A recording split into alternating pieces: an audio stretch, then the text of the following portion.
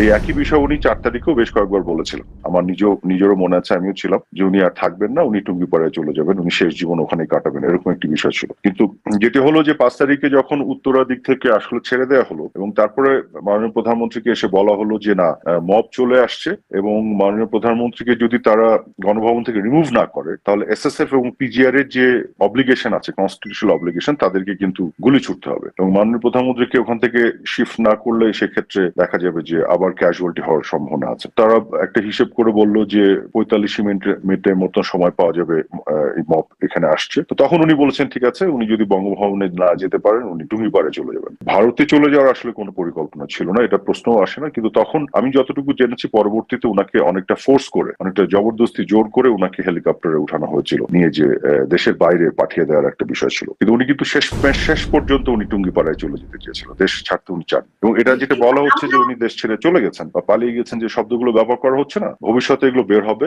উনাকে জোর করে বাধ্য করা হয়েছিল। তো 4 তারিখেই আপনার বিকেলের পর থেকে কয়েকবার আমাদেরকে বলেছিলেন উনি আর থাকতে চান না।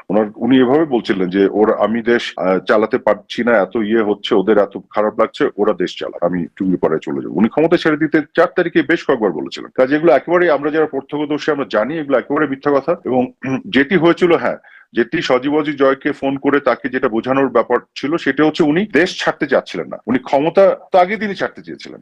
এবং উনি বলেছিলেন উনি পদত্যাগপত্র লিখে সাইন করবেন রাষ্ট্রপতির কাছে, যে উনি এটা হস্তান্তর করবেন এবং পরবর্তী সরকার যেই আসবে, যেভাবে আসবে সেটি উনি ওভারসি করবেন। কিন্তু তারা যখন তাকে জোর করে বঙ্গভবন থেকে বের করে দেশের বাইরে পাঠাতে চাচ্ছিল, সেই সময় উনি এটা জিদ করেছিলেন, উনি দেশের বাইরে যাবেন না। তখন ওই শেখ রেহানাকে দিয়ে বোঝানোর ব্যাপার বা জয়কে ফোন করা হয়েছিল, এই বিষয়গুলি ঘটেছে।